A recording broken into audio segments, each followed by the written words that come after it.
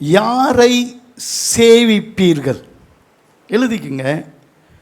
சபைக்கு வரும்போது ஒரு டைரி வேணும், ஒரு பேனா வேணும். அப்படி வரவங்க தான் அவங்க உண்மையாக வசனத்தை கேட்குறவங்க. எந்த வசனம் உங்களை தொடுதோ, எது உங்களை ரோடு கூட பேசுதோ அதை குறித்து வச்சா தான் அது உங்களுக்கு நினைவாக மாறும். யாரை சேவிப்பீர்கள் என்கிற அந்த வார்த்தைக்கு பின்னாடி யார் உங்களுடைய எஜமான், யாருக்கு நீங்கள் வேலைக்காரர், யார் உங்கள் தலைமை, யார் சொன்னால் நீங்கள் கேட்பீங்க, யாருக்கு நீங்கள் கீழ்ப்படிந்திருப்பீங்க, யாரை நீங்கள் மேன்மையாக நினச்சிருக்கிறீங்க, வாழ்நாளெல்லாம் அவரை தான் நீங்கள் கொண்டாடுவீங்க, அவரை தவிர வேறு யாருக்கிட்டையும் போய் நிற்க மாட்டீங்க. இதுதான் யாரை நீங்கள் சேவிப்பீர்கள் என்பதின் அர்த்தம். ஆனால் அதே சமயத்தில் அந்த வசனம் அப்படி இல்லை. கர்த்தரை சேவிப்பது ஆகாதது என்று கண்டால் பின்னும் நீங்கள் யாரை சேவிப்பீர்கள்? கர்த்தரை சேவிப்பது ஆகாதது என்று கண்டால் பின்னும் யாரை நீங்கள் சேவிப்பீர்கள் அப்படின்னு சொல்லிட்டு, நதியில் அப்புறத்திலிருந்து நீங்கள் கும்பிட்ட அந்த தெய்வங்களா, இல்லை நம்ம ஜெயிச்சு வந்தோமே அத்தனை தெய்வங்களும் இருக்க அதையா? நானும் என் வீட்டாரும் என்றால் கர்த்தரையே சேவிப்போம். நானும் என் வீட்டாரும் என்றால் கர்த்தரையே சேவிப்போம். ஆமாம், நீங்கள்லாம் வந்திருக்கிறீங்க, உங்கள் வீட்டார் எங்க? உங்கள் குடும்பம் எங்க? உங்கள் சொந்த பந்தம் எங்க? எல்லாருக்கும் பாருங்க, நீங்கள் கர்த்தரை சேவிக்கிறீங்களே, உங்கள் முகத்தில் ஒரு சந்தோஷம் இருக்கா? கர்த்தரை ஆராதிக்கிறீங்களே, ஒரு சந்தோஷம் இருக்கா? இருக்கா? எனக்கு என்னமோ முகத்திலேயே ஒன்றுமே இருக்கிற மாதிரி தெரியல. ஆனால் இப்போ பாருங்கள், எத்தனை பேர் சந்தோஷப்பட போகிறீங்க இல்லை? ஒன்றும் பெருசாக இல்லை, இதை பார்த்தோன்னே ஒரு சந்தோஷம் வருது இல்லை? ஒன்றும் நிறையா இல்லை, ஏதோ கையில் கிடைச்சது கொஞ்சம் காற்று. ஆனால் யாருக்கு நான் கொடுக்க போகிறீங்க அப்படின்னா மற்றவங்க எல்லாருடைய சந்தோஷமும் போயிடும். அதனால் ஒருத்தவங்களுக்கு நான் கொடுக்க மாட்டேன். இத்தனை பேரும் கொடுக்குற அளவுக்கு இது பெரிய பணமும் கிடையாது. ஆனால் இதை பார்த்தோன்னே இது என் தேவையை சந்திக்குது. இதுதான் என்னுடைய தேவையாக இருக்குது. இது என் பாக்கெட்டில் இருந்தால் ஒரு தெம்பு, அதை நம்பு, செய்ய வம்பு அப்படின்னு என்ன பண்ணுது? இது சொல்லுது. கண்டவன் வாயை கிண்ட செய்யுது. அப்படிதான் சிலருக்கு இதுதான் கடவுள். இதுதான் என்னது? கடவுள். ஏன் அப்படின்னு சொன்னால், நல்லா கவனிங்க, பணத்தை நம்ம நம்பலாமா நம்பக்கூடாதா? அப்போ பணம் செய்யலைன்னா வேறு என்ன செய்யும்? இந்த உலகத்தில் பணம் செய்யலைன்னா வேறு என்ன செய்யும் அப்படின்ற ஒரு கேள்வி எழும்பும். பணம் அவ்வளோ முக்கியம். ஆனால் இந்த பணத்துக்கு உள்ள குணம் நான் ஆரம்பத்தில் சொன்னேன். கர்த்தருடைய குணம்தான் கர்த்தராக அவரை என்ன பண்ணுது? ஆராதிக்க வைக்குது. அதில் ஒன்று என்னன்னா, கர்த்தருக்கு ஸ்தோத்திரம், இந்த பணம் என்றும் நம்மோடு இருப்பதில்லை, எப்போதும் நம்மோடு கூட இருப்பதில்லை. இது இன்னும் இந்த ஆராதனை முடித்த பிறகு அடுத்த நிமிஷம் என் பாக்கெட்லேயே அது இருக்க போகிறது இல்லை. எத்தனையோ வருது போகுது, எது நிரந்தரமே இல்லை. இது நிரந்தரமே இல்லை. இது கீழே வச்சிடுறேன். இதுக்கு கீழே தான், தேவனுடைய வார்த்தைக்கு கீழே தான் இது இருக்கு. நல்லா கவனிங்க. பணம் என்றும் எங்கும் எப்போதும் நம்மோடு இல்லை. ஆனால் நம்மோடு இருக்கிறவரை நாம் அறிஞ்சால் நம்ம இன்னும் உண்மையாக இருப்போம். ஒரு மனுஷனை உண்மையானவனா அயோக்கியனா அப்படின்னு அறியறதுக்கு, அவன் அயோக்கியனா அப்படின்னு அறியறதுக்கு இந்த பணத்தை கொடுத்தா போதும். அவன் யாரு அப்படின்னு சொல்லி எல்லாத்தையுமே அது காண்பிக்கும். ஆனால் நாம் நம்புகிற கர்த்தர், அவர் யாராய் இருக்கிறார், அவர் எங்கு இருக்கிறார், அவர் யாராய் இருக்கிறார், அவர் எங்கு இருக்கிறார், ரொம்ப முக்கியம். ஒரு சபையில் ஆராதனை முடித்த பிறகு ஒரு வாலிப தம்பி வந்து ஒரு போதகரை சந்திச்சு, பாஸ்டர், இவ்வளோ நேரம் சபை நடக்கணும் எனக்கு தெரியல, இவ்வளோ நீங்கள் பாட்டு பேசுகிறீங்க, என்னால் 20 நிமிஷத்துக்கு மேலே ஒரு சிகரெட் பிடிக்காமல் இருக்கவே முடியாது. அடுத்த வாரம் நீங்கள் பிரசங்கம் பண்ணும்போது யாருக்கும் தெரியாமல் ஒரு மூலையில் நின்று உங்கள் செய்தி கேட்கணுன்னு எனக்கு ஆசையாக இருக்குது. ஆனால் என்னால் வெளியில் போயிட்டு வர முடியாது. அதனால் அங்கே ஒரு ஓரத்துலேருந்து தம் அடிச்சுக்கலாமான்னு கேட்டான். நானா இருந்தால் என்ன சொல்லியிருப்பேன்? சொல்ல மாட்டேன், நான் ஏதாவது செஞ்சுருப்பேன். ஆனால் அவர் சொன்னார், தம்பி தாராளமாக குடிங்க, தாராளமாக சிகரெட்டு பிடிங்க. என்ன பாஸ்டர் சொல்கிறீங்க? உண்மையை தான்ப்பா சொல்கிறேன். நீ தாராளமாக சந்தோஷமா நீ என்ன பண்ண, சிகரெட்டு பிடிக்கலாம். என்ன சொல்கிறீங்க? இதை பாரு, நான் உன்னை குடிக்க வேணான்னு சொன்னால் நீ என்ன போய் பண்ணுவ? அதை எடுத்துகிட்டு போயிட்டு ஏதோ ஒரு காருக்கு பக்கத்தில் என்ன பண்ணுவ, யாருக்கும் தெரியாமல் சிகரெட்டு பிடிப்ப. இங்கே ஏன் குடிக்கக்கூடாதுன்னு நினைக்கிற? ஏன் என்கிட்ட பர்மிஷன் கேட்கணும்னு நினைக்கிற? ஒன்று அறியாமலையே இங்கே கர்த்தர் பிரசன்னமாக இருக்கிறாருன்னு நீ பயப்படுற. எங்க கர்த்தர் என்ன பண்றாரு, இங்க இருக்கிறாருன்னு உனக்கு என்ன இருக்கு? ஒரு பயம் இருக்கு. ஏன் நீ காருக்கு பின்னாடி தம் அடிச்சா, ஒரு புதருக்கு பின்னாடி நின்று தம் அடிச்சா, யாருக்கும் தெரியாம தம் அடிச்சா, அங்க கர்த்தர் உன்னை பார்க்கலையா? சொல்லுங்க, அங்க கர்த்தர் இல்லையா? அல்லேலூயா. பணம் உங்களோட என்ன நோக்கி இருக்காது. நீங்க பரிசுத்தரா இருக்கணும்னா கர்த்தர் உங்களோடு கூடவே இருக்கிறாரு. அல்லேலூயா. உங்க பாக்கெட்ல பணம் இல்லைனாலும், வாழ்க்கையில் அனுபவிக்கிறதுக்கு எது இல்லைனாலும், உங்க கர்த்தர் உங்களோடு கூட இருப்பதுதான் உங்களுடைய பாக்கியம். கர்த்தரை தெய்வமாய் கொண்டிருக்கிற ஜனம் பாக்கியம் உள்ளது. அல்லேலூயா. நிறைய சபை மக்கள் ஏமாறுவது எதினால், பின்மாறி போவது எதினால்? அவங்க கேட்ட பணம் அவங்களுக்கு கிடைக்கல. கேட்டுட்டு இருக்கும் போதெல்லாம் கொடுத்தா இயேசு நல்லவர். இன்னைக்கு இயேசுவை கும்பிடுறவங்க நாளைக்கு இந்த பணத்துக்காக வந்தவங்க நாளைக்கு வேற எதை என்ன பண்ணுவாங்க? கும்பிடுவாங்க. நாயை கும்பிட்டா பணம் கிடைக்கும் அப்படின்னா அந்த நாய்க்கு முன்னாடி 1 கோடி பேர் நிற்பான். அவ்வளவு நல்ல ஊர் இந்த ஊர். ஒரு பேய் தான் பணம் கொடுக்குது அப்படின்னாலும் பேய்க்கு பின்னாடி நிற்பான். ஆனா எதுவும் கொடுக்க முடியாத நித்திய வாழ்க்கையை கர்த்தருடைய வார்த்தை மாத்திரம் தான் கொடுக்க முடியும். அல்லேலூயா, அல்லேலூயா. தேவனுடைய சமூகத்தில் நீங்க வருவது என்பது இன்னைக்கு வாழ அல்ல. இன்னைக்கு வாழ்றதுக்கு இந்த காந்தி தாத்தா சிரிக்கிறாரு. என்னைக்குமே உங்க கையில அவர் சிரிப்பா சிரிக்க மாட்டாரு. என்னைக்குமே வாழணும் அப்படின்னா இந்த முத்திரையை போட்டுக்கிட்டு பரலோகம் போயிட முடியாது. பரிசுத்த ஆவியானவர் உங்க முத்திரையா இருந்தா மட்டும்தான் நீங்க என்ன பண்ண முடியும்? பரலோகம் போக முடியும். இந்த புசிப்பும் குடிப்பும் பரலோகத்துக்கு என்ன பண்ணாது? வராது.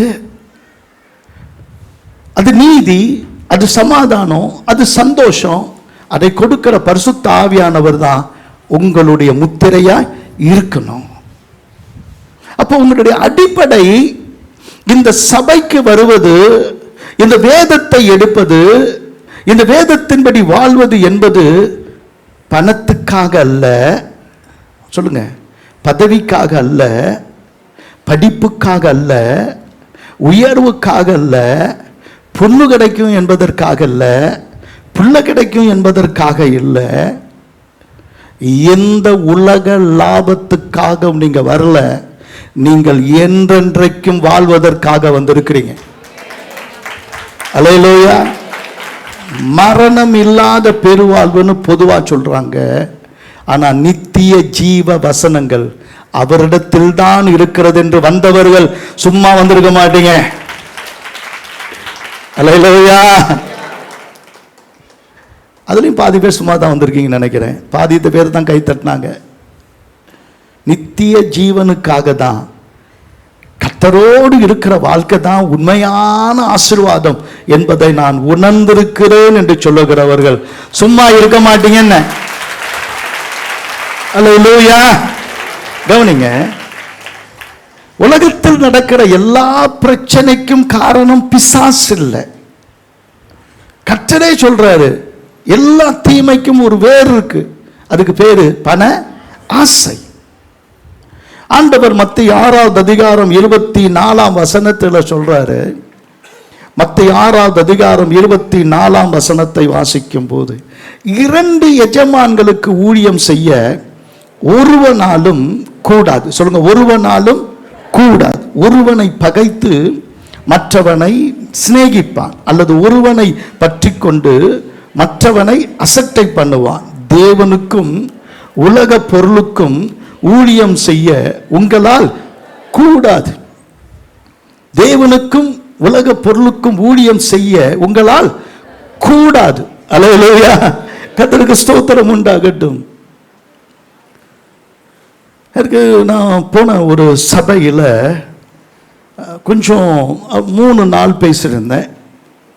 என் கையில் சுத்தமாக காசே இல்லை. ரொம்ப கொஞ்சம் ஒரு கடினமான நிலைமையில தான் போயிருந்தேன். ஆனால் அந்த சபையில் ஒரு வழக்கம் இருந்தது. ஆச்சரியமாக என்னன்னா, 3 நாள் காலையிலும் காணிக்கை எடுத்தாங்க, சாயந்தரமும் என்ன பண்ணாங்க, காணிக்கை எடுத்தாங்க. எனக்கு ஒரு நல்ல பழக்கம், எந்த இடத்துக்கு போனாலும் எது பெருசாக இருக்குதோ அந்த நோட்டை தான் காணிக்கைக்கு என்ன பண்ணுவேன், போடுவேன். நல்ல வேளை மோடிஜி வாழ்க 2000 ரூபா நோட்டை ஒழிச்சிட்டார். அதனால் என் எது பெருசாக வச்சுருக்கிறேன், 500 ரூபா தான் வச்சுருக்கிறேன். அப்படி நான் 500 ரூபாயை அப்படி போடணும் அப்படின்னு சொல்லும்போது போட்டேன். 2வது தடவை போடும்போதும் போட்டேன், 3வது போடும்போதும் போட்டேன், 4வது தரும்போது ஏன் 500 ரூபா போடணும், ஒரு 200 ரூபா போட்டால் என்ன, நமக்கு தேவையாச்சே, கையில் காசு இல்லையாச்சே. அந்த பிச்சைக்கார புத்தி நமக்குள்ளே தெரியாமல் வந்துடுது இல்லை. கொஞ்சம் போக போக அதுக்கு கொஞ்சம் தலை காட்டிடுது இல்லை, ஒரு போடி. அதனால் கொஞ்சம் அதை கொஞ்சம் போராடி தான் ஜெயிச்சு 6 விலையும் நான் காணிக்கை கொடுத்தேன். நான் வெக்கத்தை விட்டு சொல்கிறேன், ஒரு பிச்சைக்கார புத்தி. ஆண்டவருக்கு கொடுக்குறதுல எப்பயும் மேலே தான் கொடுக்கணும். நான் இந்த சர்ச்சில் ஊழியத்துக்கு வரும்போது கர்த்தர்ட்ட நான் கேட்டது என்ன தெரியுமா, கர்த்தர்ட்ட நான் கேட்ட வரேன் எது தெரியுமா, ஆண்டவரே சபையில் இருக்கிற யாரை விட நான் அதிகமாக இன்னைக்கும் நான் கர்த்தருக்கு காணிக்கை கொடுக்கணும், தசம பாகம் கொடுக்கணும். அப்படி தான் ஜெபிச்சு வந்தேன். இன்னை வரைக்கும் கர்த்தர் எனக்கு குறைவில்லாமல் கொடுத்துட்டு இருக்கிறார். கர்த்தருக்கு நான் குறைவில்லாமல் கொடுக்குறேன். என்னோட உங்களால் போட்டி போடவே முடியாது. தைரியமான போட்டி போட்டு பாருங்க. நான் கொடுக்குற அளவு என்பது கர்த்தருக்கும் எனக்கும் தெரியும். நான் ஏன் இவ்வளோ தூரம் சொல்கிறேன்னா, ஏன் இந்த சபை எப்படி வளருது அப்படின்னு சொன்னால், ஒன்று தான், ஒன்று மனதும் திறந்திருக்கணும், கையும் திறந்திருக்கணும்.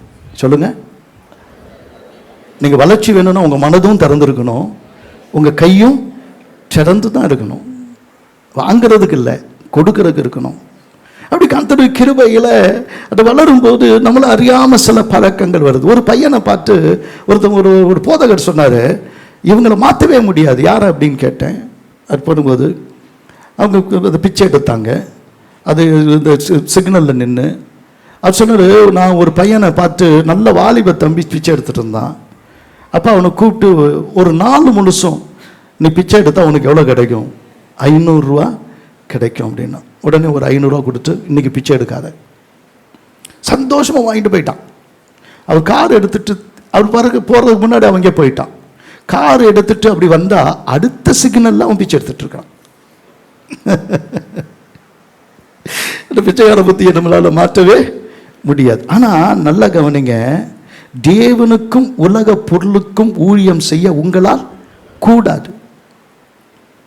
நான் மும்பையில் டெல்லிக்கு போகிறேன். அந்த நேரத்தில் என்கிட்ட சுத்தமாக கையில் காசு இல்லை. கர்த்தருக்கு ஸ்தோத்திரம். மும்பைக்கு டெல்லிக்கு போகிறேன். சோதனை வருது. எப்படி வருதுன்னா, நான் போய் என் டிக்கெட்டை கொஞ்சம் லேட்டாக போயிட்டேன். ஒரு லைன் நிற்கிது எங்களுடைய அந்த ஃப்ளைட்டுக்கு. அதுக்காக லைனில் போய் நிற்கிறேன். நின்று என் டிக்கெட்டை மட்டும்னா டைம் டைம் டைம் சத்தங்கிச்சு. என்னென்னா, இது என் ஃப்ளைட்டு கிடையாது அப்படின்னு சொன்னேன். அது ஏற்கனவே லேட் ஆகிடுச்சு அதே லைனில். அதனால் அந்த கும்பல் அந்த லைன் நின்று இருக்கு. நான் தெரியாதனமா அடுத்தது கொஞ்சம் லேட்டாக வருது சார், ஒரு 1/2 hour அங்கே போய் உட்காருங்க. அவங்க சொன்ன இடத்துல போய் நான் போய் உட்கார போனால் ஒரு ஆள் இல்லை.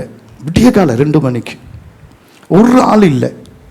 ஒரு ஆள் இல்லைன்னு சொல்லிட்டு நான் போயிட்டு என் பேக் வைக்கிறேன். என் பேக் வைக்கிற அந்த சேரில் ஒரு பர்ஸ் இருக்கு.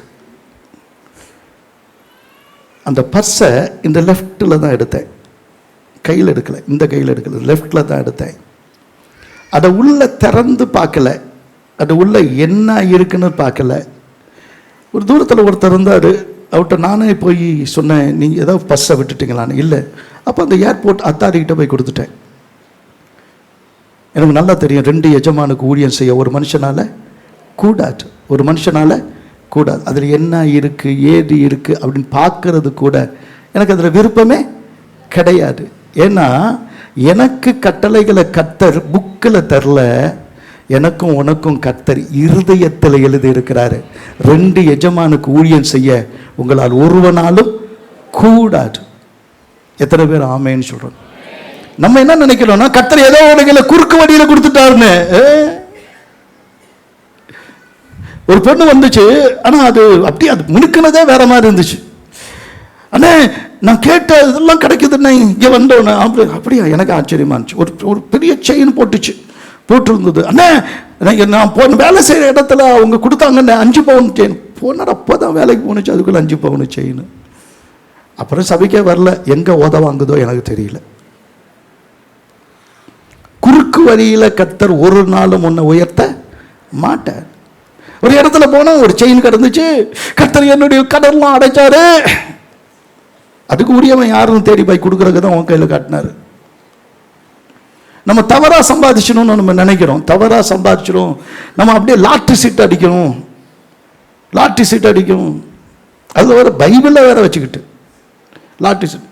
இதில் நீங்கள் இந்த தீபாவளி டைமில் என்னமோ ஜாமான் வாங்கினா இது துணி எடுக்கிறோம், உடனே அவன் ஒரு இது எழுத போகிறான், உங்கள் பேர் இதெல்லாம் எழுத போகிறான். ஏன்னா 1 கிலோ தங்கம் அடிச்சிச்சான் ஒரு இடத்துல, எதில் எதுவும் தெரியல. அந்த கடைக்கே போயிட்டேன் நான்.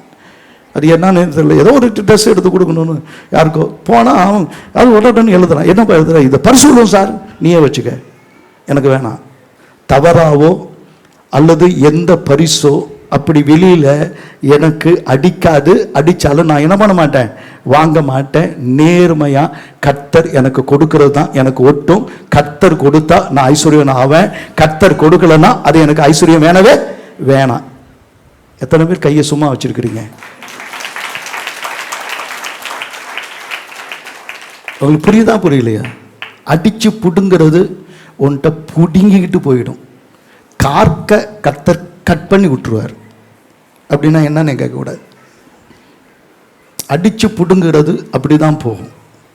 லூக்கா 18வது அதிகாரம் 18ஆம் வசனத்தில், லூக்கா 18வது அதிகாரம் 18ஆம் வசனத்தில் வசனம் சொல்லுது, அப்பொழுது தலைவன் ஒருவன் அவரை நோக்கி, நல்ல போதகரே, நித்திய ஜீவனை சுதந்தரித்துக் கொள்வதற்கு நான் என்ன செய்ய வேண்டும் என்றான். கர்த்தருக்கு ஸ்தோத்திரம் என்று கேட்டான். ஒன்றுமா கவனிங்க, நித்திய ஜீவன் என்பது இந்த நாட்டில் கிடைக்கிறதில்ல, இந்த அரசாங்கத்தில் கிடைக்கிறதில்ல, இன்னொரு அரசாங்கம். அதுதான் தேவனுடைய ராஜ்யம். இப்ப அந்த தேவனுடைய ராஜ்யத்தை குறித்து ஆண்டவர் சொல்ற ஒரு காரியம் என்ன அப்படின்னு சொன்னா 22ஆம் வசனத்தை சொல்றாரு. இயேசு அதை கேட்டு, என்ன அதை கேட்டு, நான் திருடல, பொய் சொல்லல, நான் லஞ்சம் வாங்கல, நான் எந்த விபச்சாரம் பண்ணல, நான் விக்கிரக ஆராதனை பண்ணல, அது சின்ன வயசுல இருந்து எல்லாமே நான் நல்லா செஞ்சுட்டு இருக்கிறேன். ஆனா இந்த பண ஆசை இருக்கு பாருங்க, அது அவனை விட்டு வைக்கவே இல்லை. கர்த்தர் என்ன சொல்றாரு, உனக்கு ஒரு குறை உண்டு, உனக்கு உண்டானவைகள் எல்லாம் விற்று தரித்திரருக்கு கொடு, தரித்திரருக்கு கொடு, அப்பொழுது பரலோகத்தில் உனக்கு பொக்கிஷம் உண்டாயிருக்கும், பின்பு என்னை பின்பற்றி வா என்றார்.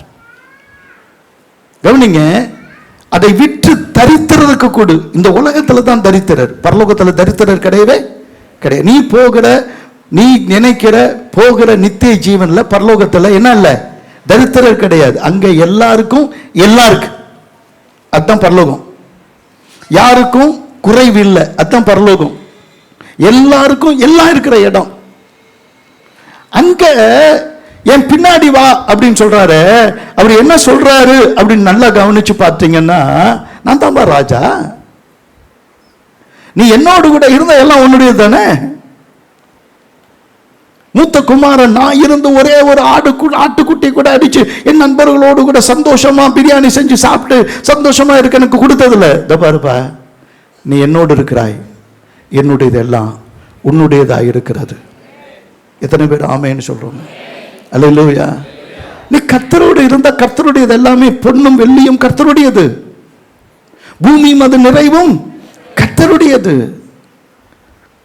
நீ கஷ்டப்படவே முடியாது. பசியோ பட்டினியோடும் ஒரு கிறிஸ்தவன் வாழ்றான்னா ஒன்று அவனுக்கிட்ட தான் பிரச்சனை, கர்த்தர்ட்ட இல்லவே இல்லை. உன் குறைவை நிறைவாக்குகிற கர்த்தர் தமது மகிமையில நிறைவாக்கி வைத்திருக்கிறார். கர்த்தருக்கு ஸ்தோத்திரம் உண்டாகட்டும். இந்த வசனம் சொல்லுது, அவன் அதிக ஐஸ்வர்யம் உள்ளவனாய் இருக்கிறபடியினால் அதை கேட்ட பொழுது மிகுந்த துக்கமடைந்தான். துக்கமடைந்தான்.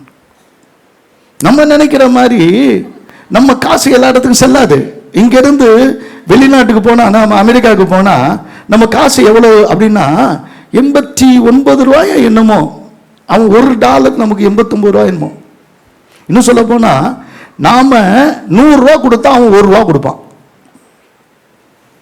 உலகத்திலேயே இவ்வளவு ஏற்றத்தாழ்வு நம்ம பணத்துக்கு இருக்கு. இந்த பணம் எல்லா இடத்துலையும் ஒரே இல்லை, அதுக்கு வேல்யூவே இல்லை. பல இடங்கள்ல இதுக்கு வேல்யூவே இல்லை. நீ 500 ரூபா கொடுத்தா அவன் 5 ரூபா கொடுப்பான், அவ்வளவுதான். இல்லை அதிகபட்சம் ஒரு 6 ரூபாய் சேர்த்து கொடுப்பான், அவ்வளவுதான். இதுக்கு ஒன்றும் பணத்துக்கு வேல்யூவே அங்கே இல்லை. அது இன்னொரு நாடு. பரலோக ராஜ்யத்தில் செல்வாக்கு ராஜாவுக்கு மட்டும்தான். ராஜாவின் பிள்ளை ஆகிய உனக்கு செல்வாக்க கொடுக்கத்தான் என் பின்ன வாருன்றார். பிள்ளைக்கு இல்லாதது என்ன இருக்கு? நீ பிள்ளை ஆனால் சுதந்திரரும் ஆமே. அது சுதந்திரத்தை பெற்றுக்கொள்ளவான்னு சொன்னார். கர்த்தர் ஸ்தோத்திரம். ஆனா சபையில இருந்தாலும் நம்மளால சிலதை விட்டு கொடுக்க மனசு வரவே வராது. ஒரு தடவை நான் இந்த சபையில் இந்த சின்ன பிள்ளைங்களுக்கு, இப்பெல்லாம் நீங்கள் நிறுத்திட்டீங்க, எனக்கு ரொம்ப நல்லவர்கள் ஆயிட்டீங்க. அப்போ இந்த சின்ன பிள்ளைங்களுக்கெல்லாம் என்ன பண்ணுவாங்கன்னா, இந்த $1 2 ரூபா கொடுப்பாங்க. அது இந்த டப்பாவில் விடும்போதுலாம் டொம்முன்னு விடும். நான் ஒரு நாள் சொல்லிட்டேன், சும்மா இல்லாமல், இந்த பாருங்க, கர்த்தருக்கு கொடுக்குறீங்க, உங்கள் பிள்ளைகளை இப்படி வளர்க்காதீங்க. கர்த்தருக்கு கொடுக்கறதுல அந்த பிள்ளைகளுக்கு கொஞ்சம் காசாக கொடுக்காம கொஞ்சம் பணமாக என்ன பண்ணுங்க, கொடுங்க. 5 10 கூட கொடுத்து என்ன பண்ணுங்க, அதுக்கு காசு போட்டு சில்லற காசே பண்ணாதீங்க. நான் அந்தோனியார் கோயில் போகும்போதெல்லாம் 4 தான் போட்டிருக்கிறேன், அந்த நினைப்பில் சொன்னேன் நான். அந்த மாதிரி எங்கள் அம்மா வளர்த்தாங்க. அப்படி நீங்கள் உங்கள் பிள்ளைங்களை என்ன பண்ணாதீங்க, வளர்க்காதீங்க. கர்த்தருக்கு கொடுக்கும்போது அந்த பிள்ளைங்க நல்லா வளரணும். அவங்க எதிர்கால மகிமையாக இருக்கணும்னா அந்த கொடுக்கறதுல தான் அவங்க என்னது ஆசீர்வாதம் இருக்குன்னு சொல்லி கொடுங்க. ஒருத்தருக்கு வந்துச்சு பாருங்க கோபம், வெளியே போய் மனைவிட்ட இனிமேல் அந்த சபைக்கு வரவே, அவ்வளோ காலம் விசுவாசி, ஆனால் அவருக்கு ரொம்ப கோபம் வந்துடுச்சு என் மேலே. அந்த அண்ணனுக்கு ரொம்ப பணம் ஆசை பிடிச்சிச்சு, பணம் அலையிறான். நானும் போய் பேசி பார்த்தேன். அப்போ $1 கொடுத்தா கர்த்தர் ஏற்றுக்க மாட்டாரா? என்கிட்ட அது இருக்கு. $1 கொடுத்தா கர்த்தர் ஏற்றுக்க மாட்டாரா? கர்த்தருக்கு ஸ்தோத்திரம். சில சமயம் நமக்கு ரொம்ப ஒரு மாதிரி அவங்ககிட்ட பேசுறது. ஒரு கல்யாண மண்டபத்தில் போய் நான் அது கிளை சபை, அந்த கிளை சபைக்கு போய் அவங்களுக்காக போய் அந்த கல்யாண மண்டபத்தில் கல்யாணம் நடத்தி வைக்கிறதுக்குள்ளே எங்கள் உயிர் வரும். ஏன்னா இங்கே நான் இவ்வளோ அமைதியாக பேசுகிறேன் பாருங்க, அங்கே கத்துன்னு கத்தணும். ஏன்னா என்னை கண்டுக்காம இது 4 சேர் அந்த எனக்கு பின்னாடி திருப்பி வச்சுக்கிட்டு அது பேக்கை காட்டிக்கிட்டு என்கிட்ட பேசிட்டு இருக்கும். நான் உட்காந்து அவங்களுக்கு என்ன பண்ணணும், நிற்க வச்சுட்டு பேசிட்டு இருக்கணும், கத்தணும், பேசணும், முட்டிச்சுட்டு. அப்படி ஒரு ஃபேனு கூட வைக்க மாட்டானுங்கப்பா. பல இடத்துல ஒரு ஃபேனு கூட வைக்க மாட்டேன். அப்படி வேர்த்து விறுவிறுத்து அப்படி வந்து பிரியாணி தான் வேணான்னு சொல்லுவேனே. அதனால் ஓடி நான் வந்துட்டா, ஆனால் நில்லுங்க நான் உங்கள் அப்பா சொன்னார் சொல்லிட்டு ஒரு காரில் உட்காந்துருக்கிறேன். 1/2 மணி நேரம் 1 மணி நேரம் உட்கார வச்சிட்டான் மனுஷன். சரி, அவர் அந்த கல்யாணம் பண்ணுற நேரத்தில் அவருக்கு நான் போயிட்டேன்னா அது ஒரு தப்பாக சாங்கியவன் நினைப்பாங்க இவனுங்களாம். அதுக்காக உட்காந்துருந்தேன். அப்புறம் கஷ்டப்பட்டு வந்தார். வந்துட்டு அண்ணே அப்படின்னு சொல்கிறாரு. கதவை திறந்து கை கொண்டு உள்ளே விட்டா இந்த காசை மடித்து இந்த கைக்குள்ளே இப்படி வச்சிருக்கிறாரு. இதை பார்க்கும்போது எனக்கு எப்படி தோணுச்சுன்னா, இந்த லாரிக்காரன் அப்படி வரும்போது இந்த போலீஸ்காரன் நிறுத்துவான். அப்போ மடித்து என்ன பண்ணுவான், இவன் என்ன பண்ணுவான், இப்படி கை கொடுக்குற மாதிரி கொடுப்பான். அப்படி தான் எனக்கு நினைப்பா வந்துச்சு. நான் சொன்னேன், பிரதர் நீங்களே ரொம்ப கஷ்டப்பட்டு கல்யாணம் பண்ணுறீங்க, பரவாயில்ல நீங்களே வச்சுங்க. என்ன சந்தோஷமாக பாக்கெட்டில் போட்டுட்டு போயிட்டார். நான் ஏன் இதை சொல்கிறேன்னா, இன்னை வரைக்கும் அது என் மனசில் இருக்குது.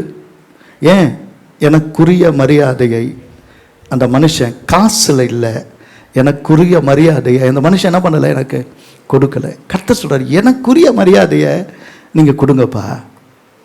நான் கர்த்தரானா எனக்குரிய மரியாதை எங்க, நான் உங்க தகப்பனானா எனக்குரிய மரியாதை என்ன, அவ்வளவுதான். இந்த பிசாசு ரொம்ப ஆபத்தானவன். இந்த பணத்தை வச்சு நம்ம வாழ்க்கையில ரொம்ப விளையாடுறான். காலையில் பாருங்க, கர்த்தருக்கு ஸ்தோத்திரம், நீங்க என்ன செய்யறீங்கன்ற கொஞ்சம் யோசிச்சு பாருங்க. என்னெல்லாம் பண்ணிட்டு இருக்கிறீங்க கொஞ்சம் யோசிச்சு பாருங்க. இந்த பணத்துக்காக காலையில் 6 மணிக்கு உங்கள் குடும்பத்துக்காக தான் உழைக்கிறீங்க. காலைல 6 மணிக்கு போகிறீங்க, ராத்திரி 10 மணி வரைக்கும் உழைக்கிறீங்க. நீங்கள் உங்கள் மனசில் சொல்கிறீங்க, ஞாயிற்றுக்கிழமை கூட இன்னைக்கு ஃபஸ்ட்டு ஞாயிற்றுக்கிழமை வந்துட்டீங்க, அடுத்த ஞாயிற்றுக்கிழமை இதில் பாதி பேர் வரமாட்டீங்க, இதில் பாதி பேர் வரமாட்டீங்க. ஏன் வரமாட்டீங்கன்னா, அன்றைக்கி உழைச்சி பிள்ளைங்களுக்கு கஷ்டப்பட்டு என்ன பண்ணணும், நம்ம கொடுக்கணும் அப்படின்னு. ஆனால் உங்கள் பிள்ளைங்க உங்கள் முகமே தெரியாமல் வளருது. அப்பான்னா யாருமா அப்படின்னு உன் பிள்ளை உன்னை பார்த்து கேட்குற ஒரு காலம் வருமோன்னு தெரியல. யாருக்காக உழைச்ச? உன் குடும்பத்துக்கு மேலே எவ்வளோ அக்கறை வச்சிருக்கிற? உன் மனைவிக்கு என்ன தேவைன்னு உனக்கு என்ன தெரியும்? உன் பிள்ளைங்களுக்கு என்ன வியாதி என்னன்னு உனக்கு தெரியும்? உன் பிள்ளை படிச்சுச்சா படிக்கலையா? எங்கேயாவது லவ் லெட்டர் மட்டும் வாங்கிட்டு வந்தால் போட்டு மிதிக்க தெரியும், அடிக்க தெரியும். உன் பிள்ளையை எப்படி நடத்துகிற? உன் பெண் பிள்ளைகளுக்கு என்ன பாசம் கொடுத்த? அந்த பிள்ளைங்களோட என்னைக்கு உட்காந்து ஒழுங்காக சாப்பிட்ட? இப்போ இதெல்லாம் தடுத்தது இந்த பணம் தானல்ல? நீ ஓடி ஓடி உழைச்சது இந்த பணத்துக்காக தான் இல்லை? உன் குடும்பம் என்னாச்சு? அப்ப இந்த பணத்துக்காக எல்லாம் செய்யறது உன் பின்னாடி பணமா இருந்தா அங்க தேவன் இல்லை, பிசாசு சிரிக்கிறான். ஒரு பொண்ணு, ஒரு நல்ல குடும்பத்தை சேர்ந்த ஒரு பொண்ணு, நல்லா உடுத்தி லிப்ஸ்டிக் எல்லாம் போட்டு அப்படியே ஆஃபீஸ்க்கு போகிற மாதிரி போய் எங்கேயோ படுத்து ஏந்திரிச்சு வரா. அவளை கண்டுபிடிச்சியம்மா, என்னம்மா இந்த மாதிரி தப்பு பண்ணலாமா? அவள் என்ன சொல்லுவா? அழுது அழுது சொல்லுவா, எங்கள் வீட்டுக்காரர் விட்டு போயிட்டாரு, 2 பிள்ளைகளை படிக்க வைக்கணும், வயசான அம்மா அப்பா இருக்கிறாங்க, எனக்கு ஒரு வழியே தெரியல, அதனால நான் இந்த வேலையை செய்கிறேன். இந்த பணத்தை பார்த்து அவள் சிரிக்கிறா. அவள் வாழ்க்கையை பார்த்து உலகமே சிரிக்குது.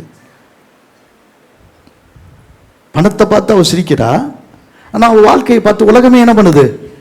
சிரிக்குது. அப்ப எதுக்காக வாழ்றோம்? கொஞ்சம் யோசிச்சு பாருங்க, எதுக்காக வாழ்றோம்? எல்லாத்தையும் நீங்க கொஞ்சம் யோசிச்சு. சில சமயத்தில் நான் இந்த அரசாங்க வேலைன்னு எல்லாம் சொல்லுவாங்க. அரசாங்க வேலையில் என்ன நடக்குது?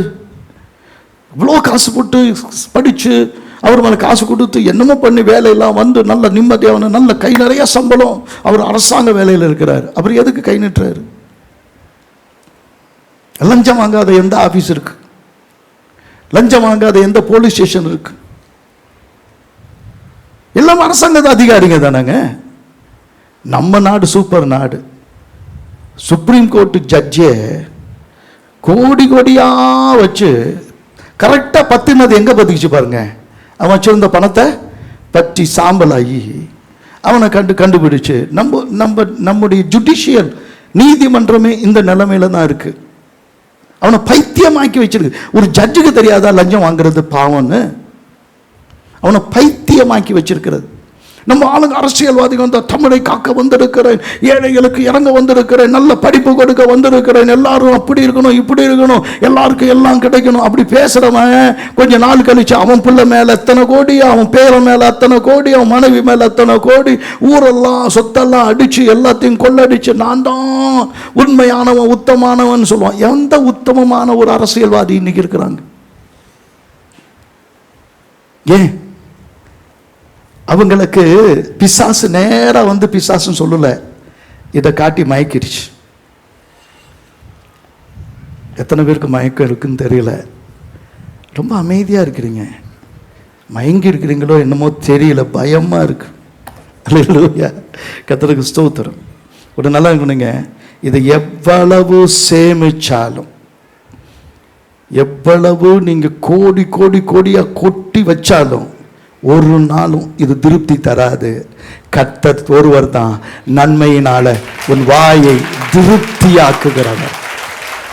கர்த்தர் ஒருவர் தான் உன் வாயை திருப்தியாக்குகிறார். நகைப்பினால் உன் இருதயத்தை சந்தோஷப்படுத்துகிறவர். எங்க உன்னுடைய சேமிப்பு இருக்குதோ அங்கதான் உன் இருதயம் இருக்கும்.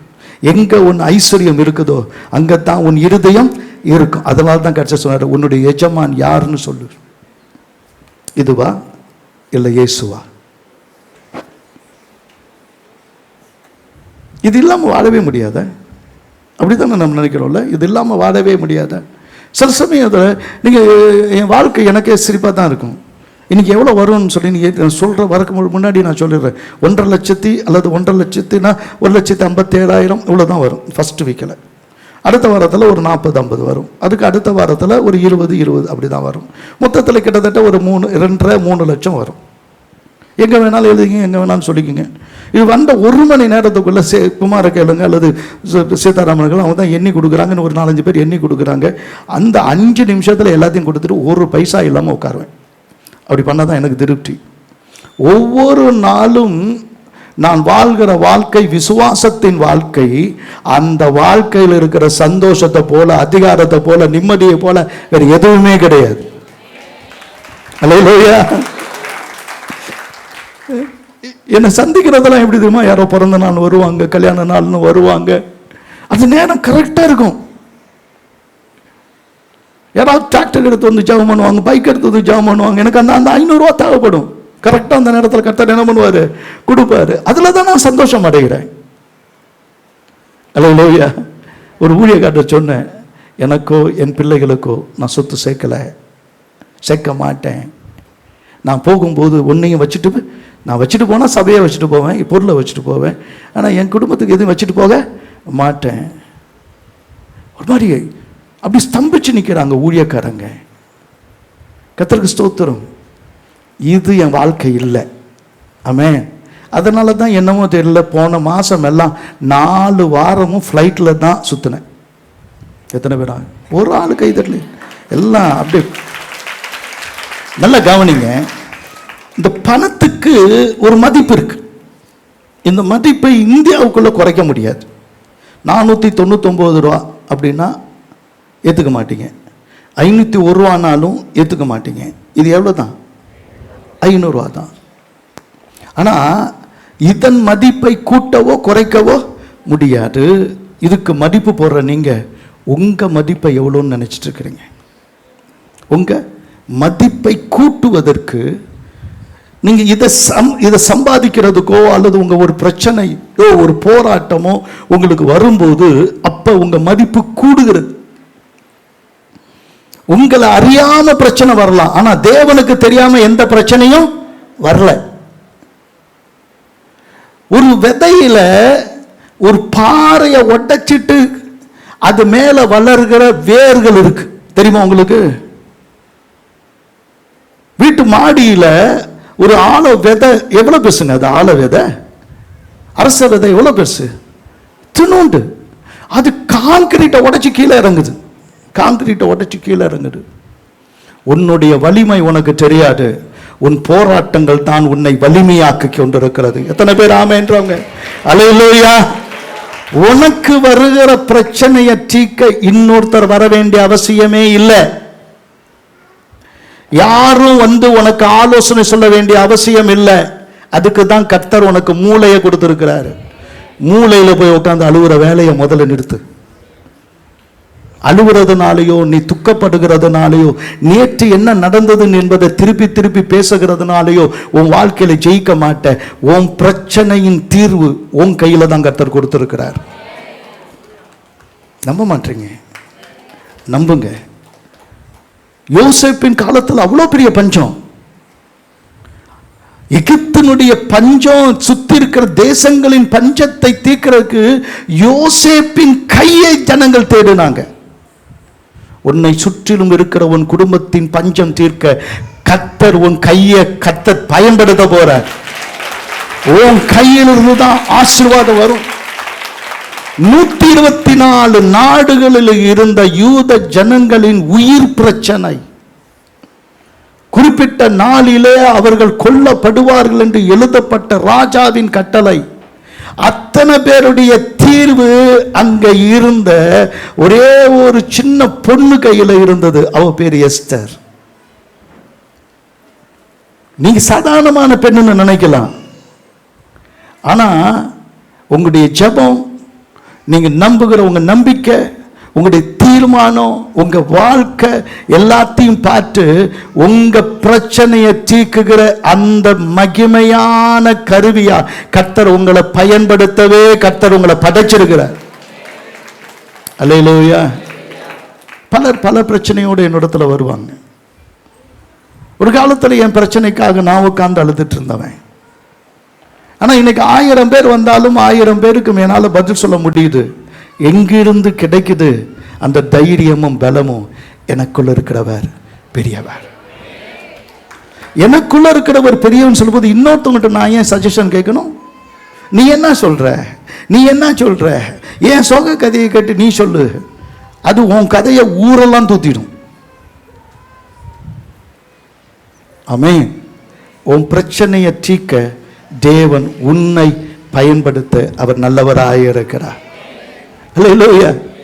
இயேசுவே ஒரு பிரச்சனை கிளப்புறாரு. பேசுறது கொஞ்சம் பொறுமையா பேசி அதை சாயந்தரத்துக்குள்ள அனுப்பியிருந்தா எங்கேயா போய் சாப்பிட்டுருப்பாங்க. இவர் பாட்டு பேசி பேசி பேசி 3 நாள் பேசிட்டாருங்க. யாரு? நம்ம அப்பா தான். நம்ம என்ன சொல்ல முடியும்? சுத்தி இருக்கிற எல்லாருக்கும் கேட்டுக்கிட்டே இருந்தாங்க. ஆனா 12 பேருக்கு பசிக்குது. ஏன்னா கூட இருக்கிற பூனைங்களாச்சே. கோயிலில் வளர்கிற பூனை சாமி மேலே தான் ஏறி போகும், எலி பிடிக்க போகும். அந்த மாதிரி கூட வர இல்லை, பசிக்குது. என்னடா பேசிக்கிட்டே இருக்கிறாரு, எப்போ நிறுத்துவார், எப்படா நிறுத்துவான்னு பாருங்க. நீங்கள் இப்பயாவது நிறுத்துனீங்க, சீக்கிரம் அவங்கள அனுப்பிடுங்க. என்ன பண்ணுவாங்க? போய் அவங்க எங்கே சாப்பிட்டுக்குவாங்க. இந்த பாருப்பா, அவங்களுக்கு உணவு நீங்க கொடுங்க. ஆண்டவர் சொல்றாரு, அந்த தீர்வு உங்ககிட்ட இருக்கு. நீ சந்திக்கிறது பாலைவனமா இருக்கலாம், உன்னை சுற்றிலும் உன் தேவை பெரிதா இருக்கலாம். ஆனா உன் கையில என்ன வருதோ அதை வச்சு அத்தனை பேருடைய தீர்வையும் கர்த்தர் கொடுக்க தேவன் நல்லவராக இருக்கிறார். அவங்க கையில தான் கொடுத்து அவங்கள கொண்டு தான் கர்த்தர் போஷித்தது உண்மையானா, உனக்கு வருகிற பிரச்சனை, உன்னுடைய குறைவுகள் எத்தனையோ ஆயிரங்களை திருப்தி அளிக்கத்தக்கதாக கர்த்தர் உன் கையில கொடுத்து உன்னை ஆசீர்வதிக்க விரும்புகிறார். அல்லேலூயா, அல்லேலூயா. கர்த்தருக்கு ஸ்தோத்திரம் உண்டாகட்டும். ஒரு பிரச்சனை எங்க வந்தாலும், ஒரு பசி என்கிற பிரச்சனைக்கு ஆசீர்வாதம், அற்புதம் அங்க காத்திருந்தது உண்மையானா, உன்னுடைய தேவைகள் என்ற ஒரு பிரச்சனை வரும்போது கடன் வாங்கணும்னு ஓடாத. கர்த்தருடைய சமூகத்தில் இதை எப்படி சந்திக்கிறது என்பதற்காக கேளு. நீயே உன்னை யோசிச்சுட்டு உட்கார்ந்திருக்காத. முதல்ல உன் மூளைக்கு வேலையை கொடுக்காத. முதல்ல உனக்கு தெரிஞ்சவங்க அவங்ககிட்ட வாங்கலாம், இவங்கள்ட்ட வாங்கலாம், இந்த கணக்கெல்லாம் போடாத. உன் கணக்கு போடாத. கர்த்தருடைய சமூகத்தில் உட்கார். நீ அழுவணும், நீ உன் குறைய சொல்லணும்னா ஒரே ஒருத்தர் சொல்லு. அவர்கிட்ட சொன்னாதான் உனக்கு இளைப்பாறுதல். எத்தனை பேர் ஆமேன்னு சொல்றாங்க? அல்லேலூயா, அல்லேலூயா. கர்த்தருக்கு ஸ்தோத்திரம். சபையில ஆரம்பத்திலேயே சண்டை வந்துருச்சுங்க. சபை ஆரம்பிக்கும் போது இதுவும் சாப்பாடு பிரச்சனை தான். ஒரு வீட்டில் நிறைய நடக்கிற பிரச்சனை இந்த சாப்பாடு பிரச்சனை. ஒன்று பணம், இன்னொன்று சாப்பாடு. இந்த சாப்பாடு பிரச்சனை கிரேக்கர்களுடைய விதவைகளை சரியா கவனிக்கல அப்படின்னு சொன்ன உடனே அவங்க யோசிச்சு, அப்பா இந்த கிரேக்கர்கள் அவங்க என்ன சாப்பாடு கேட்பாங்க, அவங்களுக்கு நூடுல்ஸ் தான் சாப்பிடுவாங்களா, காலையில் நூடுல்ஸ் போடு. அப்புறமா மதியானம் என்ன சாப்பிடுவாங்க, சிக்கன் கறி தான் சாப்பிடுவாங்க, சிக்கன் கறி போடு. நைட்டில் என்ன சாப்பிடுவாங்க அப்படின்னு சொன்னால் அவங்க பிரெட்டு தான் சாப்பிடுவாங்க, பிரெட்டும் பட்டருமே போட்டு கொடுத்துட்டு 1க்கு 2 கொடுத்துட்டு முடிஞ்சிடும். நம்ம தான் எல்லா பணமும் வந்துருக்குது. அப்படி பேசலை. ஜபம் பண்ணி அதை தீர்க்க வல்ல மூப்பர்களை 7 பேரை தெரிஞ்சுக்கிட்டாங்க. அந்த 2 பேர் நமக்கு நல்லா தெரியும். ஒன்று ஸ்தேவான், இன்னொன்று பிலிப்பு. உன் பிரச்சனை உன்னை தலைவனாக மாற்றும். அல்லேலூயா, அல்லேலூயா. உன்னை தலைவியாக உயர்த்தும். உன்னாலேயா இது முடிஞ்சிச்சு அப்படி நீ சொல்லக்கூடிய அளவில் சுத்தி இருக்கிறவங்களாம் உன்னை கண்டு வியந்து பார்க்கக்கூடிய அளவில் கர்த்தர் உன்னை கொண்டு ஒரு பெரிய தீர்வை இந்த சமுதாயத்துக்கே கொடுக்க போகிறார். நீ தலைவன், நீ ஒரு தலைவி. உன்னை கொண்டு கர்த்தர் அதை செய்வார். நம்முடைய மிகப்பெரிய பிரச்சனை என்ன தெரியுமா? ஒரு பிரச்சனைன்னு வரும்போதே நம்ம அறியாமலே பயப்படுறோம். இது என்ன செய்யணும், கல்யாணம் வந்துட்டாங்களே, கல்யாணம் பேசிட்டாங்கன்னா உடனே முடிஞ்சிருச்சே. அப்புறம் முடிகிறதுக்கு தானே பேசினேன். உன் பொண்ணு கல்யாணத்தை பண்ணி வைக்கணும் தானே பேசினேன். 24 வயசு 28 வயசு வரைக்கும் கூட அப்படியே இருந்து விட்டு திடீர்னு 28 நாளில் கல்யாணத்தை முடிக்கணும். நான் என்ன பண்ணுவேன், எங்கே கடன் வாங்குவேன்னு இருந்தா அது அர்த்தமே இல்லாத வாழ்க்கை. கர்த்தருக்கு ஸ்தோத்திரம்.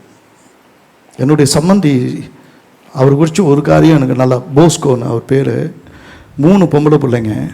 அவருடைய விசுவாசம் என்னென்னா, வரப்போகிற கல்யாணம் பண்ணுற அந்த வீட்டிற்கு அவங்க எதுவுமே கேட்கலன்னா தான் அவங்களுக்கு என் பெண்ணை கொடுப்பேன்னு. அதில் லாஸ்ட்டு நானாக போயிட்டேன். எனக்கு ஒரு ஷேபாவின் பொன் எனக்கு கொடுக்கப்பட்டுச்சு.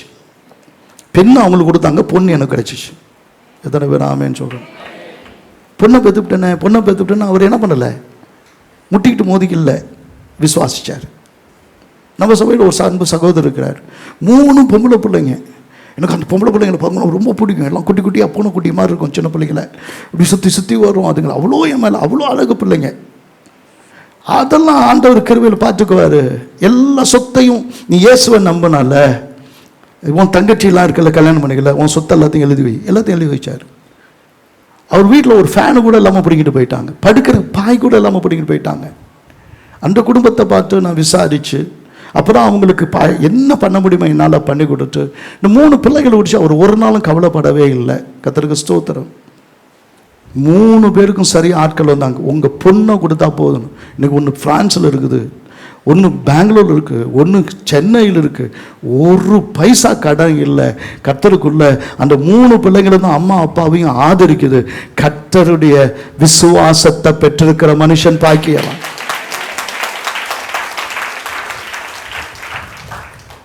நீ ஏன் உன் பிள்ளைய அழகில்லைன்னு சொல்லாது. உன் பிள்ளை அழகு தான். அவன் வரவன் பவுனை போட்டு கட்டிக்குவான். இனிமேல் யார் பவுனை வாங்க போகிறது? உன் விசுவாசம் பெருகட்டும். பிள்ளைங்களுக்கு நீட்டு பாஸ் பண்ணலன்னா அவ்வளோ லஞ்சம் கொடுக்கணுமே. நீ லஞ்சம் கொடுத்து வேறு ஒரு படிப்பை வாங்கினேன்னா அது படிப்பாக இருக்காது, அது நாரி போகும். விசுவாசத்தோடு சொல்லு, உனக்கு அந்த படிப்பை உன் பிள்ளைக்கு கொடுக்க தேவன் நல்லவராய் இருக்கிறார். பரலோகத்திலே செல்லுபடி ஆகிறது இந்த பணம் அல்ல, உன்னுடைய விசுவாசம்தான். ஏன்னா அவர் இல்லாதவைகளை இருக்கிறவைகளை போல அழைக்கிற தேவன். எத்தனை பேர் நம்புறீங்க? அல்லேலூயா. பிரச்சனை வரும்போது ஓடி ஒளிஞ்சுக்காத. கோலியாத்தை பார்த்த உடனே சமஸ்த இஸ்ரவேலின் படை ஓடி போய் ஒளிஞ்சிச்சு. ஆனா கோலியாத்தை பார்த்த உடனே யார் ஓடி ஒளிஞ்சிருக்கணும்? 10 அடியில் ஒருத்தன் நிற்கிறான். அவனை போல யுத்த வீரன் கிடையாது. அவனுக்கு கொடுக்குற பரிசை பிடிக்கிறவன அவ்வளோ பெருசு பிடிச்சு வச்சிருக்கிறான். அவன் கையில் இருக்கிற வாளுக்கு நிகர் கிடையாது. அப்படியெல்லாம் எல்லாம் இருக்கும்போது இவன் கையில் யுத்தத்துக்கான கருவியே கிடையாது. ஆனா இந்த கோலியாத்தை நோக்கி தாவீது ஓடினான் இருக்கு. உன் பிரச்சனை என்று எது வந்தாலும் அதற்காக ஓடி ஒளியாத, அதை பார்த்து ஓடு. அது உன்னை பார்த்து ஓடும். இல்லைன்னா தலையை எடுத்துட்டு வருவ. நீ உன்னை ஒரு பிரச்சனை மோதுதுன்னா இந்த கல்லின் மேல மோதுகிறவன் அவன் நொறுங்கி போவான்னு சொல்லு. நான் அசைஞ்சா அது உளுந்தா நீ நசுங்கே போவான்னு சொல்லு. கர்த்தர் வெற்றியை உன் கையில கொடுக்க கர்த்தர் நல்லவராய் இருக்கிறார். எத்தனை பேர் ஆமென்னு சொல்லுங்க? அல்லேலூயா, அல்லேலூயா. கர்த்தருக்கு ஸ்தோத்திரம். சிலருடைய வாழ்க்கையில ஒரு குற்ற உணர்ச்சியிலே வாழ்வாங்க. நல்ல குற்ற உணர்ச்சியும் உண்டு. மோசேயினுடைய வாழ்நாள் முழுவதும் அவன் ஒரு குற்ற உணர்ச்சியிலேயே இருந்தான். 80 வயசு வரைக்கும் நான் ஒரு கொலைகாரன். தேவனுடைய பார்வையில் இஸ்ரவேலை நடத்துகிற தலைவன் அவன் தான். உன் பார்வையில் கடந்த காலத்தை மட்டுமே நினைச்சிட்டு இருக்கிற. உன் வாழ்க்கையில் நேற்று வரைக்கும் என்ன நடந்தது என்பதை நினைத்து சோதிக்கப்பட்டு நீ இருக்கும் போது கர்த்தர் சொல்றாரு, ஒரே ஒரு தரிசனம், முச்செடியின் தரிசனம், அதுவும் ஒரு காட்டு பகுதியில, ஒரு மலையில ஒரு முச்செடியின் தரிசனம். அந்த ஆண்டவர் கர்த்தர் உனக்கு தரிசனையானார் என்பாய். ஆமாம், கர்த்தர் உனக்கு தரிசனை ஆனது உண்மைதான். ஏன்னா உன்னை அநாதி சிநேகத்தால் சிநேகித்தேன், என் காருண்யத்தால் உன்னை இழுத்துக் கொள்ளுவேன் என்று சொல்லுகிற கர்த்தர் நம் நடுவில் இருக்கிறார். தேவன் தெரிந்து கொண்ட பாத்திரம் நீ. நீ செஞ்சது தவறு இல்லைன்னு நான் சொல்லல. ஆனா நீ செஞ்ச பாவத்தையும், நீ செஞ்ச அக்கிரமத்தையும், நீ செய்த அந்த காரியங்களை நேற்று வரை அதை செய்த அதிலேயே என்னைக்கோ நடந்ததை நினைச்சு இன்னைக்கு அழுதுகிட்டே இருக்கிறியா? நிறுத்து. உன்னுடைய எதிர்காலத்தை தேவன் வடிவமைத்திருக்கிறார். உன்னை தலைவனாகத்தான் கர்த்தர் உயர்த்துவார். அல்லேலூயா, அல்லேலூயா. கர்த்தருக்கு ஸ்தோத்திரம். சிலருடைய தரிசனமே பிரச்சனை. யோசேப்புக்கு உள்ள மனசுல, நான் என்னுடைய கனவெல்லாம் போய் அப்பாட்டையும் என்னோட அண்ணன்கள்ட்டையும் சொன்னது தப்பா இருக்குமோ, அதனால தான் இந்த குழியில விழுந்தோனோ. கர்த்தருக்கு ஸ்தோத்திரம். உன் தரிசனம் சாவாது, உன் கனவுகள் விழுந்து போகாது. உன் கனவை நனவாக்குற ஒரு நாள் வரும்.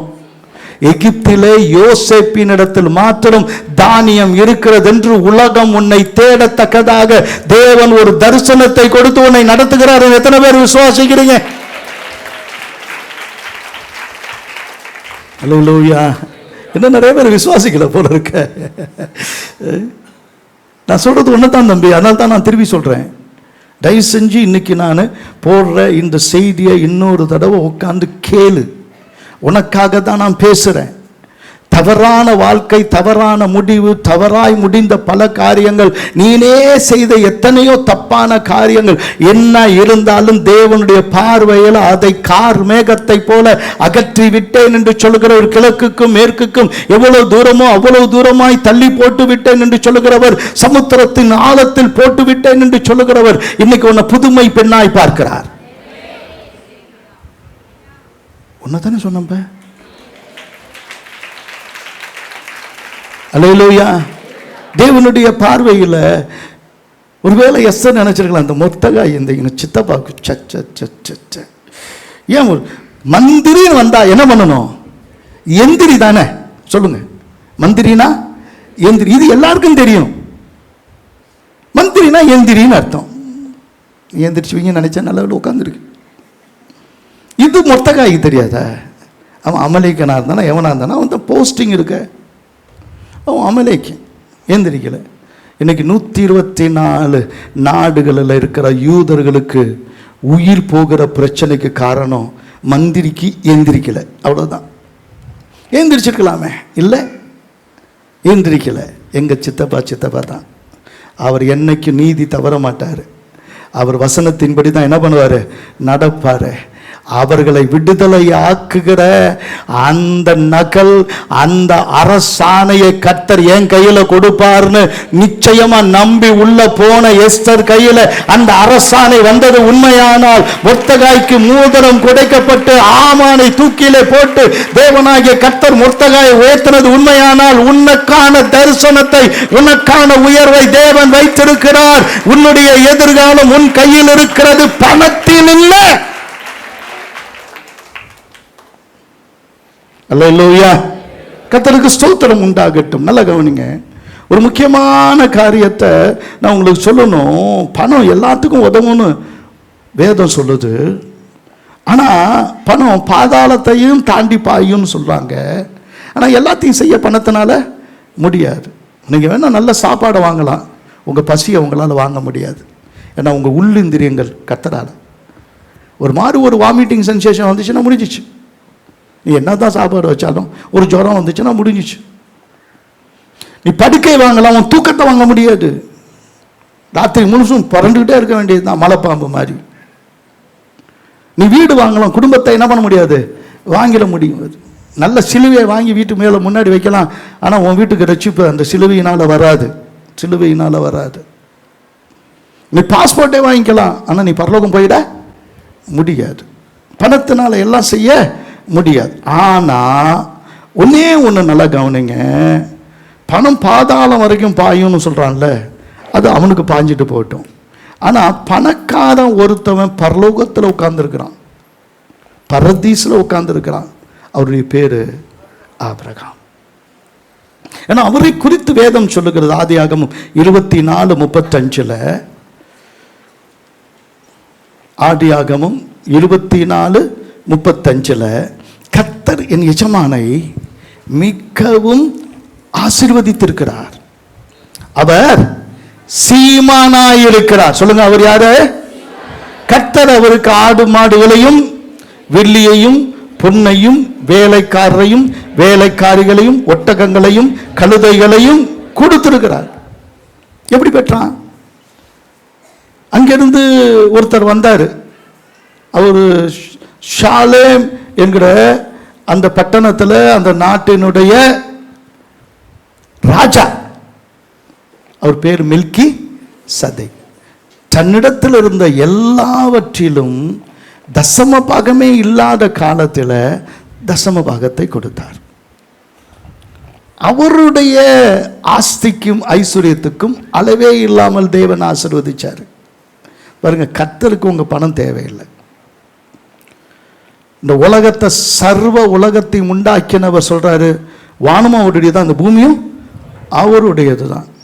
பரலோகத்தில் பட்ஜெட்டுக்கு காசு இல்லை, அதனால தான் உங்கள்கிட்ட ஆண்டவர் என்ன பண்றாரு, தசம் வாங்குடு காணிக்க கொடுன்றாரு. அப்படியா? பரலோகத்தில் பட்ஜெட்டே கிடையாது. ஏன்னா பரலோகத்தில் என்னைக்குமே குறைவு இருக்க போறதே, பட்ஜெட் போட்டு வேலை செய்யறது நீ தான் செய்யணும். அவருக்கு அதுக்கு தேவையே கிடையாது. கர்த்தர் 10% அப்படின்னு கேட்கறது எதுக்காகனா, அது உன்னுடைய குணத்தை மாற்றுவதற்கு. பணத்தை கையாள்றதுல நீ ஒரு ஒழுங்கை செய்யணும்னு தேவன் விரும்புகிறார். மல்கியா 3வது அதிகாரம் 8ஆம் வசனத்தில், மல்கியா 3வது அதிகாரம் 8ஆம் வசனத்தில், மனுஷன் எடுங்க தயவுசெய்து எடுங்க, நான் 2 வசனம் அதில் தான் சொல்ல போறேன். கர்த்தருக்கு ஸ்தோத்திரம். மனுஷன் தேவனை வஞ்சிக்கலாமா? சொல்லுங்க, மனுஷன் தேவனை வஞ்சிக்கலாமா? நீங்களோ என்ன என்ன பண்றீங்க? வஞ்சிக்கிறீங்க. நீங்க இன்னொரு தமிழ்ல வார்த்தை சொல்ல போனா, நீங்க தான் என்கிட்ட திருடுறீங்கன்றார். நேரடியான வார்த்தை, யூ ஆர் ராபிங் மீ. நீ என்ன திருடுற. எதுல உண்மை திருடணும் அப்படின்றீங்களா? தசம பாகத்திலும் காணிக்கையிலும் தான். சொல்லுங்க, தசம பாகத்திலும் காணிக்கையிலும். கர்த்தர் நல்லா கவனிங்க. பிசாசு உலகத்தை கெடுக்கிறான்றது உண்மைதான். ஆனா எப்படி கெடுக்கிறான் தெரியுமா? விசுவாசிகளுக்கும் பணத்தின் மேல ஆசையை வச்சு கொளுத்தி போட்டுறான். நம்ம ஆளுங்க என்னமோ கர்த்தருக்கு கொடுக்கிறது எவ்வளோ பெரிய பாரம்னு நினைக்கிறாங்க. அது உன்னுடைய விசுவாசத்தின் சோதனை. உன்னுடைய விசுவாசத்தின் அளவுதான் அந்த இடத்துல சோதிக்கப்படுது. ஆண்டவர் உன் ஆத்துமாவை, நீங்க சொல்லுங்க, ஆண்டவரே என் ஆவி ஆத்துமா சரீரம் எல்லாத்தையும் உங்களுக்கு நான் என்ன பண்றேன் சரேன்றீங்க, கர்த்தர்ட்ட சொல்றீங்க. அப்ப நேற்று 10,000 ரூபாய் வந்துச்சே, போன மாசம் ஒரு 10 லட்சம் ரூபாய்க்கு ஒரு வீடு வித்தியே, ஒரு நிலத்தை எடுத்து வாங்கின போது அதுல உனக்கு ஒரு 2 லட்சம் ரூபாய் லாபம் கொடுத்தனே, சொந்தக்காரங்க காசு கொடுத்தாங்களே, உன்னுடைய போனஸ் 2.5 லட்சம் வரல, ஒரு 4% டிஏ போட்டானே, அப்ப வந்து ஒரு எவ்வளவு வந்துச்சு, ஒரு 2000. 10 ரூபானா கொடுத்துடுவேன், 10 லட்சத்துல 1 லட்சம் கொடுக்க மாட்டேன். பாருங்க, கணக்கு என்னைக்குமே கணக்கு தான். அதனால தான் கணக்கு கேட்கிறாரு கர்த்தர். கணக்குனா என்னைக்கும் 2 + 2 4 தான். 2 பெருக்கி 2 அது 4 தான். கணக்கு என்னைக்கு மாறாது. நீ என்ன நினைக்கிற, உன் கணக்கை மாத்திக்கிற. 1000 ரூபாய் சம்பளம் வந்த போது 100 ரூபாய் கொடுத்த உண்மையா இருந்த நீ, இன்னைக்கு 1 லட்சம் ரூபாய் உனக்கு சம்பளம் வரும்போது 10,000 ரூபாய் கொடுக்க உன்னால முடியல. ஒரு வீட்டை விற்கும் போது, ஒரு கல்யாணத்தை பண்ணும்போது அங்கங்க எல்லாம் கொடுத்து, ஒரு அம்மா ஒரு கல்யாணத்தை முடிச்சுட்டு போகும்போது என்கிட்ட அந்த அம்மா கூப்பிட்டு பைபிளை எடுத்து ஒவ்வொரு பக்கத்திலிருந்தும் காசு எடுத்து கொடுத்தது அந்த அம்மா. அது 5, 10, 100, 1000, அப்போல்லாம் 1000 ரூபா நோட்டு கூட இருந்துச்சு நினைக்கிறேன். அப்படிலாம் எடுத்து கொடுத்து எது, நான் ஒவ்வொரு நாளும் என்னை தேடி கொடுத்தாங்கன்னா அதில் எல்லாத்துலேயும் நான் என்ன பண்ணேன், இந்த கல்யாணம் எப்படி தான் முடிஞ்சுன்னு தெரியல, அதில் எல்லாத்துலையும் தசம் வாங்க வச்சேனே அப்படின்னு அந்த பைபிளை எடுத்து கொடுத்துச்சு. நான் பேரை சொல்ல மாட்டேங்க தான் இருக்கிறாங்க அவங்க. ஒரு ஓட்டு வீட்டில் அவ்வளோ கஷ்டப்பட்டாங்க. இன்னைக்கு பிள்ளைங்கள்லாம் அவ்வளோ நல்ல நிலைமையில மாட்டாங்க. ஆனால் எதுக்காக இதை சொல்றேன்னா, இது கர்த்தருக்கு குறைவில்லை. நீ எப்படி உன்னுடைய பணத்தை நீ மேனேஜ் பண்ற. ஆண்டவருடைய மேனேஜ்மெண்ட் எப்படி தெரியுமா?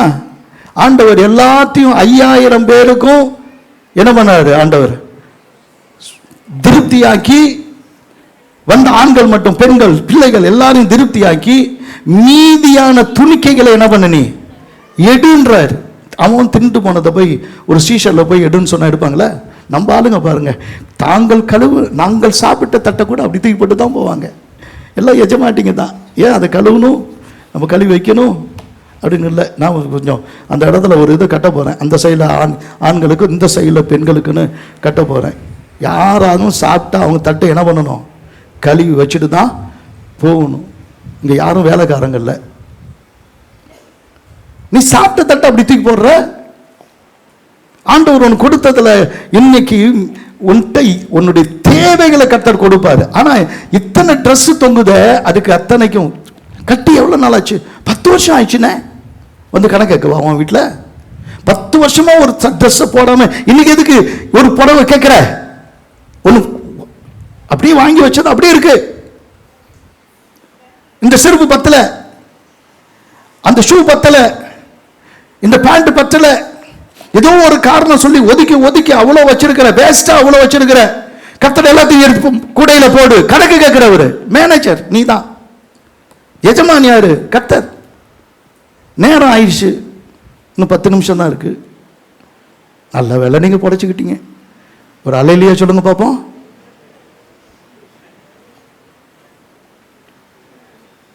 எல்லாத்தையும் எச்சி வச்சு போட்டுருங்க. சாப்பிட்டு போட்டதுக்கு அது யாருங்க எடுப்பா? புல்லு தரையில் உட்காந்து அது எல்லாத்தையும் பொறுக்கி. இன்னும் மோசம் என்னன்னா, மீனை சாப்பிட்டு ஒரு பக்கம் சாப்பிட்டு ஒரு பக்கம் தூக்கி போட்டிருக்கிறான் பிள்ளைங்க. அப்படிதானே? அது போய் எந்த கையால் எடுப்பாங்க? அது தனியா இடு. ஏன் அது கூட இல்லாத எத்தனையோ பிள்ளைங்க இன்னைக்கு பட்டினியா கிடக்குறாங்க. அவங்கள குறிச்சும் கர்த்தருக்கு ஒரு கணக்கு இருக்கு. எத்தனை பேர் ஆமேன்னு சொல்றோங்க? அல்லேலூயா. மிதமிஞ்சு கொடுக்கிறது கர்த்தருடைய மேனேஜ்மெண்ட் கிடையாது. உடைய தேவைகளை சரியா கர்த்தர் அறிஞ்சிருக்கிறார். ஆனா நீ பசியா இருக்கக்கூடாது, நீ திருப்தியா இருக்கணும். தாராளமா தான் கொடுக்கிறார். என்னைக்கு இந்த சபைக்கு வந்துட்டு என்னைக்கு கர்த்தர்னு சொல்ல ஆரம்பிச்சல, என்னைக்கு இயேசுன்னு சொல்ல ஆரம்பிச்சிங்களோ, அன்னைக்கு என்னையிலிருந்து இன்னைக்கு கால் வச்சுங்களா, அன்னையிலேருந்து இன்னை வரைக்கும் எண்ணி பாருங்க, உங்களை ஆண்டவர் பசியும் பட்டினியுமா ஒரு நாள் விட்டதே இல்லை. ஆமேன்னு சொல்றேங்க. என்னை தூக்கி கை வைத்து ஆமேன்னு சொல்லுங்க. என்னைக்கு நமக்கு துணி பஞ்சம் கொடுத்தாரு? மற்றவங்க மாதிரி நம்ம என்ன கஷ்டப்பட்டோம்?